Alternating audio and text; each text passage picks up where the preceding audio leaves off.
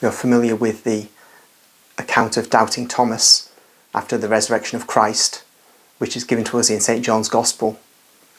I'm going to read the more detailed account that is given by Maria Valtorta, or as I should say, given by Jesus to Maria Valtorta. It's chapter 624 of the Poem of the Man God.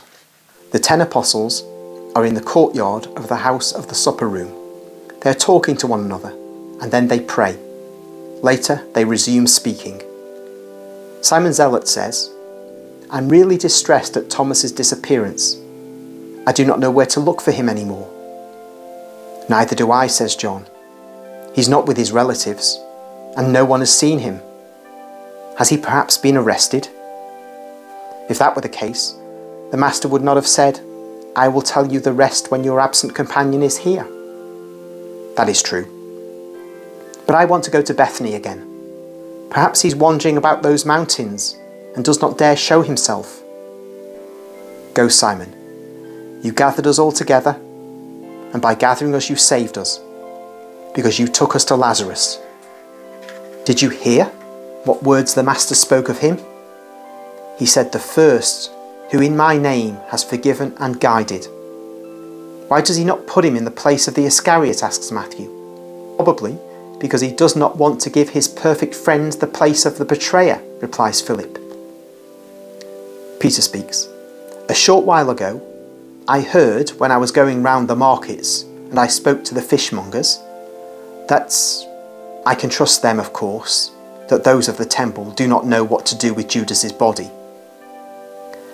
I do not know who it was, but at dawn this morning, the guards of the temple found his putrid body inside the sacred enclosure, with the rope still round his neck. I think it must have been some heathens who pulled him down and threw him in there, who knows how." James of Alphaeus responds, "Instead, yesterday evening at the fountain, I was told, I heard them say that since yesterday evening, they threw the bowels of the traitor even at Annas' house.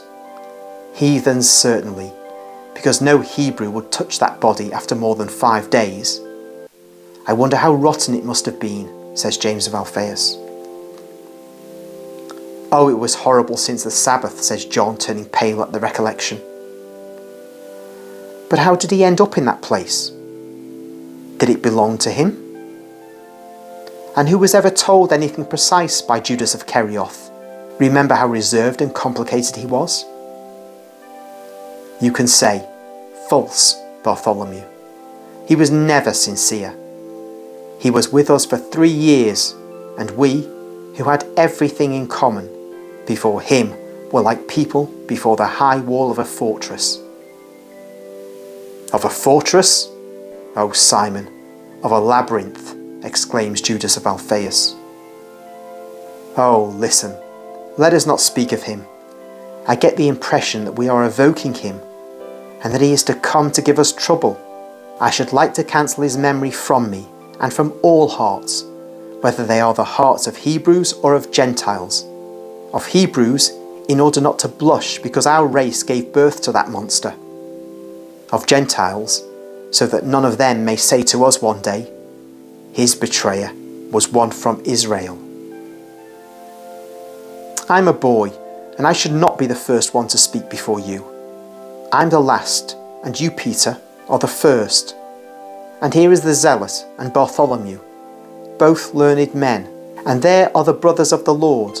But now, I should like to put one in the 12th place at once, someone who is holy, because as long as I see that empty place in our group, I shall see the mouth of hell with its stench among us, and I'm afraid that it may lead us astray.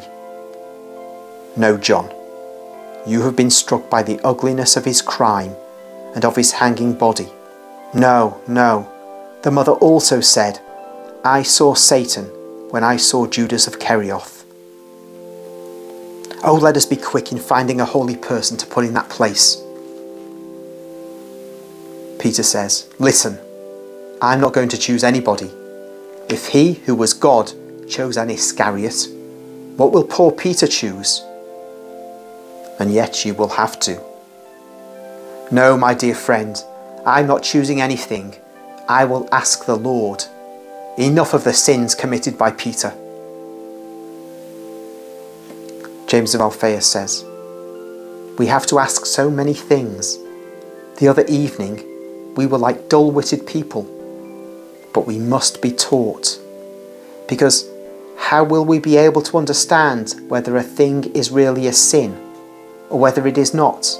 You have seen how he excuses more cowardice and a denial than the doubt about the possibility of his forgiveness. Oh, I'm afraid of doing the wrong thing. He's really spoken to us so much, and yet I seem to know nothing. I've been dull-witted for a week, states the other James dejectedly. And I too. They are all in the same situation, and they look at each other utterly bewildered. They have recourse to the solution which is by now customary. We shall go to Lazarus, they say. We may find the Lord there, and Lazarus will help us. There is a knock at the main door. They all become silent and listen. And they utter an "oh" of surprise when they see Elias come into the hall with Thomas. Such a strange Thomas that he seems another person. His companions crowd round him, shouting their joy. Do you know that he's risen and has come back, and he's waiting for you so that he may come back? Yes, also Elias told me, but I do not believe it. I believe what I see, and I see that it is the end for us. I see that we are all scattered. I see that there is not even a known sepulchre where we may mourn over his death.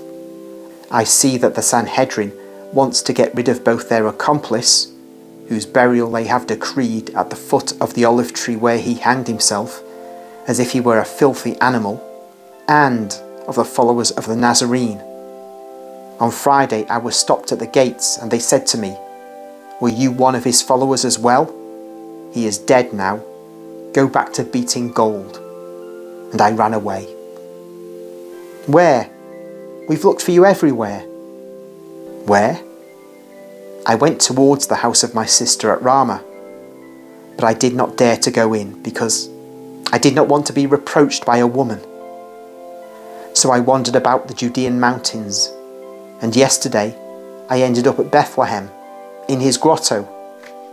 How much I wept. I fell asleep among the ruins, and Elias, who had come there, I do not know why, found me. Elias responds, why? Because in the hours of too great a joy, or too great a sorrow, one goes where God is more felt. Many a time in these past years I've gone there by night, like a thief, to feel my soul being caressed by the remembrance of his cries. And then I would run away at sunrise in order not to be stoned. But I was already comforted. Just to stop there for a moment, Elias is one of the original shepherds from Bethlehem. When he talks about hearing Jesus' cries, he's talking about the baby Jesus at that first Christmas night. Just to resume now.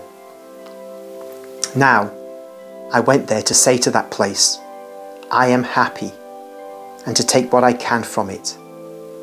That is what we have decided.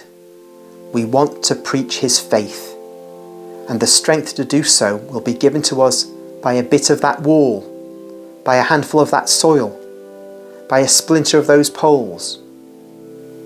We are not holy, as to dare to take the earth of Calvary.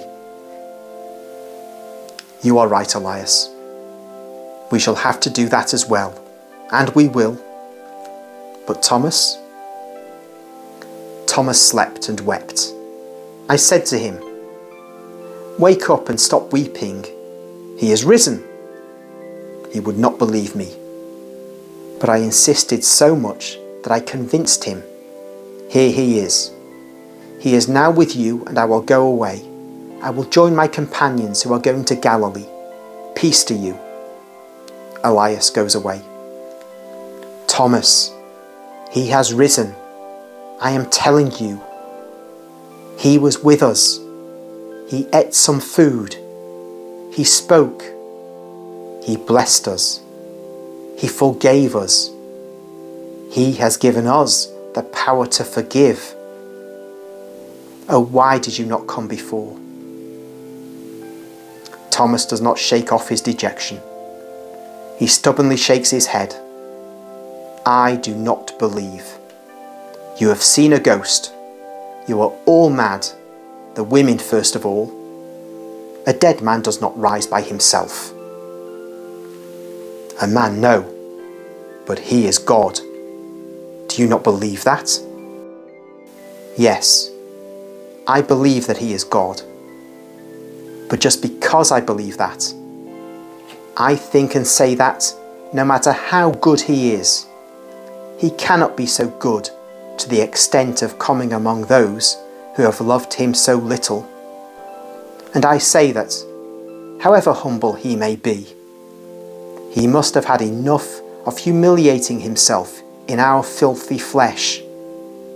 No, he may be, he certainly is triumphant in heaven, and perhaps he may appear as a spirit. I say perhaps. We do not deserve even that. But risen in flesh and bones? No, I do not believe it. But we've kissed him, we've seen him eat, we've heard his voice, we've felt his hand, we've seen his wounds. Nothing. I do not believe it. I cannot believe. I should see in order to believe. If I do not see the holes of the nails in his hands, and I do not put my finger into them, if I do not touch the wounds of his feet, and if I do not put my hand where the lance opened his chest, I will not believe. I'm not a child or a woman. I want evidence. I reject what my reason cannot accept, and I cannot accept your word. But Thomas, do you think that we want to deceive you? No, my poor fellows. On the contrary, may you be blessed, since you are so kind as to wish to guide me to that peace that you've succeeded in giving yourselves through this illusion of yours. But I do not believe in his resurrection. Are you not afraid of being punished by him? He hears and sees everything, you know. I ask him to convince me. I'm gifted with reason, and I make use of it. Let him, the master of human reason, revise mine if it has been led astray. But reason, he said so, is free. All the more reason for not making it the slave of a collective suggestion. I love you, and I love the Lord. I will serve him as best I can, and I will stay with you to help you to serve him. I will preach his doctrine, but I can only believe by seeing. And Thomas, obstinate, listens only to himself. They speak to him of all those who have seen him and how they have seen him. They advise him to speak to the mother, but he shakes his head, sitting on a stone seat, more stony himself than the seat. As obstinate as a child, he repeats, I will believe if I see. The big word of unhappy people who deny what is so pleasant and holy to believe, admitting that God can do everything.